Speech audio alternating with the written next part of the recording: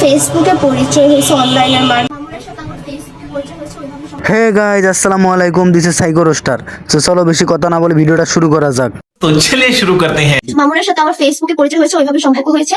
আর সে আমার সাথে 7 মাস সম্পর্ক থাকাকালীন অবস্থায় আমাকে প্রতারণা করেছে আমার সাথে। বাস্তবে পরিচয় হওয়ার পরও একজন মানুষ আরেকজন মানুষের সাথে মিলতে গেলে ভয় পায়, না জানি মানুষটা কেমন। আর তুমি ফেসবুকে পরিচিত হয়ে ওর সাথে রিলেশনে চলে গেলে 7 মাসের। তোমার মতো আরো একজন মেয়ে, সেও বলতেছে তার সাথে নাকি ফেসবুকে পরিচয় হয়েছে মামুনের।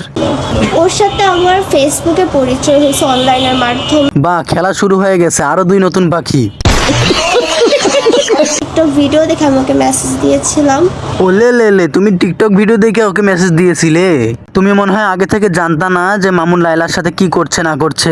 তুমি তো আমার সম্পর্কে সবই জেনেছো, দেখেছো, আমি বললাম। আর তোমার সম্পর্কে আমি সবকিছু জানি, তো সবকিছু জেনেছো, আমি তোমাকে ভালোবাসি বা পছন্দ করি, এরকম সে আমাকে বলেছে। তুমি যে বোরকার নিচে কত বড় অভিনেত্রী এটা সবাই বুঝতে পারছে।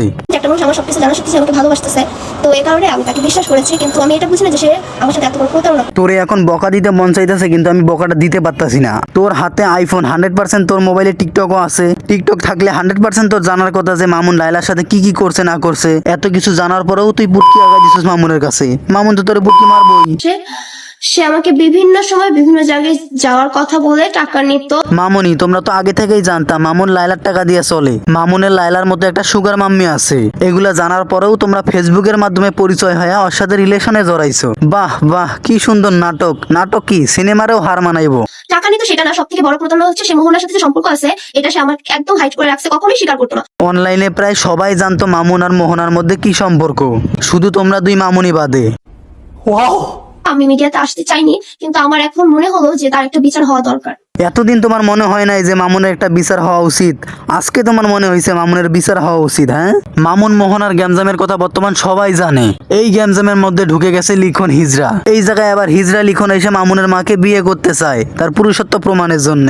এই জন্য মামুন রেগে গিয়ে কয় ও তো একটা হিজরা, ও একটা 3rd ক্লাস লোক, ও আমার মাকে বিয়ে করতে চায় কোন সাহসে।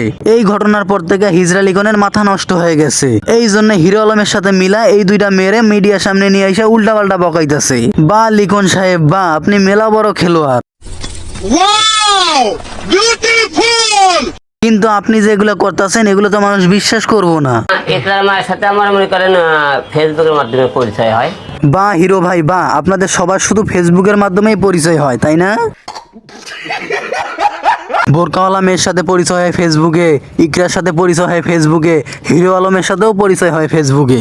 বাহ, কি সুন্দর সাজানো নাটক। আপনারা তো সেরা অভিনেতার পুরস্কার পাওয়ার যোগ্যতা রাখেন। হিরো আলম আর লিখন ভাই, আপনারা তো ওই মেয়েদুরের সাজায় নিয়ে আসতে পারেন। আমরা কিভাবে বিশ্বাস করব যে মেয়েদুরের সত্যি কথা বলতাছে? আমি আছি, তুমি দেশবাসীকে ক্লিয়ার করো তোমাকে কেউ কি প্রেসারাইজ করে এখানে নিয়ে আসছে কিনা, বা আমি বা হিরো ভাই তোমাকে প্রেসার করে এখানে আসছে কিনা। লিখন ভাই, এরকম মেয়েদের প্রেসার দেওয়া লাগে না, পকেটে কিছু টাকা দিলে এমনি এমনি চলে আসে। সঠিক বলেছেন। সবই টাকার খেলা, একমাত্র মামুনরে ফাঁসানোর জন্য। মামুনরে ফাঁসানোর জন্য বর্তমান মোহনা, লিখন, হিরো আলম সবাই তার পিছে লাগছে। এখন বলতে পারেন মামুনরে ফাঁসায় তাদের লাভ কি? মেলা লাভ রে ভাই। মামুনরে যদি ফাঁসাইতে পারে মামুনের কাছে লাখ লাখ টাকা খাইতে পারবো। তার উপরে এগুলা করার পরে তাদের ভিউ ব্যবসা হইতাছে ধুমছে। আসলে মাঝখানে এই 2টা মাইয়া কিছুই না, এই 2টা মাইয়া হলো একটা গুটি। ভিউ ব্যবসা আর টাকার জন্য এদেরকে নিয়ে খেলতাছে। সঠিক বলেছেন। সো গাইজ, আজকের ভিডিওটা এই পর্যন্তই। আমি আমার মতামত ভিডিওর মাধ্যমে জানিয়ে দিলাম। তোমাদের মতামত কি কমেন্টে জানিয়ে দিও। আজকের মতো আল্লাহ হাফেজ।